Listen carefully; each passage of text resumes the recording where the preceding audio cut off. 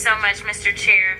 It's so interesting to me that we all swear an oath to the Constitution, and we say that we take that oath seriously. But when it comes into actually doing something that looks like preserving that oath or looks like preserving the Constitution, we get a little wobbly, and I'm not really understanding what's going on. Freedom of press doesn't look like kicking out the Washington Post, or actually the Huffington Post has been kicked out. We know that the Associated Press has been kicked out, and now the Washington Post is not going to allow for op-eds in any way if for some reason they criticize the sitting president of the United States. Recent reports indicate that Jeff Bezos, owner of the Washington Post, has directed the opinion section to focus on supporting personal liberties and free markets, excluding opposing views. This change led to the resignation of opinion editor David Shipley. Recently, columnist Ruth Marcus also resigned after her piece criticizing Bezos was not published. These developments have raised concerns about press freedom and editorial independence. What this is starting to feel like is a smaller version of Russia. And I am trying to tell you that we are nothing like Russia. We are not supposed to be like Russia. But that is what we've got going on. And I'm sorry, I know that some of my colleagues still struggle with answering the question of who won the election in 2020. And you may have felt a way when you had social media checking people and saying, no, Trump did not win the election in 2020. That is absolutely factual. And unfortunately, because some people got all riled up because they believed the lies, they ended up getting locked up because they decided that they were going to believe the lies. They ended up at the Capitol on January 6th, and they were trying to tear this thing apart because they felt like their country was falling apart in front of their eyes because for whatever reason, there were people in power that were peddling a lie about the election. We also know, and some of y'all may still say that COVID was a hoax. COVID wasn't a hoax. Tell that to the over 1 million people that died under Donald Trump's first watch. It wasn't a hoax. So no, I do believe that it was okay. In fact, I do believe that it was ethically right for social media to check people because you had people that didn't know anything about science and decided that they were going to put out whatever lies or propaganda or conspiracy theories they wanted to. And people died. At some point in time, we have to evaluate what is factual. And I know that facts hurt y'all, and I just wish we could get on the same page, but we do know during the presidential election that the president would not go and participate in anything if fact-checking was going to be a part of it, because he didn't want to be fact-checked. We know that the vice president got upset in his vice presidential debate when he was fact-checked.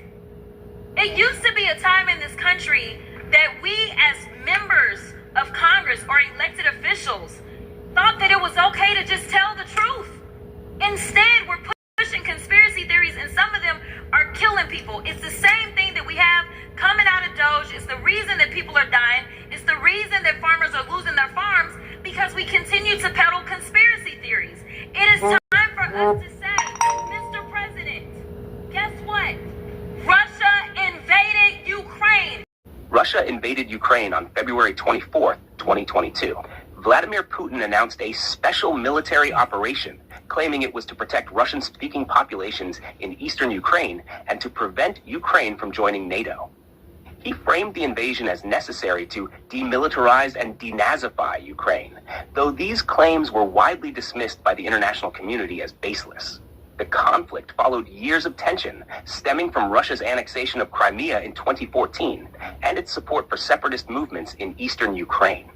Russia intensified its invasion of Ukraine in early 2025. According to The Guardian, Russian forces are attempting to push Ukrainian troops out of the Kursk region by threatening the border. They aim to cut off Ukrainian supply lines near the village of Novenke. This escalation has raised concerns about the conflict's future direction. Ukraine, can we at least agree on that one? Facts matter. Yo, this is literally potentially putting us into an international crisis.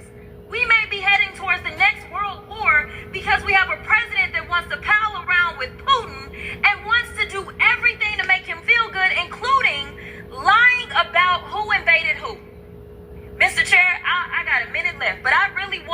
appeal to any of my colleagues and ask them if they will say today, very basically, that when it came down to the war in Ukraine, that it was not Ukraine that invaded Russia, it was the other way around. Is there anybody in here that has enough courage to say that Russia invaded Ukraine?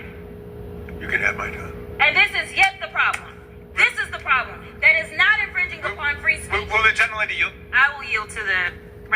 Thank you, Ms. Crockett. To be clear, your challenge, I think, was across the aisle, because I think every member on your side of the aisle agrees with the obvious fact that Vladimir Putin ordered the filthy, bloody, imperialistic invasion of Ukraine. And in fact, at the time, Donald Trump as president never denied it. In fact, he praised it. He said it was, quote, an act of genius. I said, this is genius. Putin declares a big portion of the Ukraine. Putin declares it as independent. Oh, that's wonderful. So Putin is now saying it's independent, a large section of Ukraine. I said, how smart is that? And he's going to go in and be a peacekeeper. That's the strongest peace force. We could use that on our southern border. That's the strongest peace force I've ever seen. There were more army tanks than I've ever seen. They're going to keep peace all right. In fact, at the time, Donald Trump as president never denied it. In fact, he praised it. He said it was, quote, an act of genius when Putin ordered the invasion of Ukraine. So I would hope some of our colleagues would consent to at least that historical point, since we think history is so important. There are people who want to relive that in our oversight report. And therein lies the problem.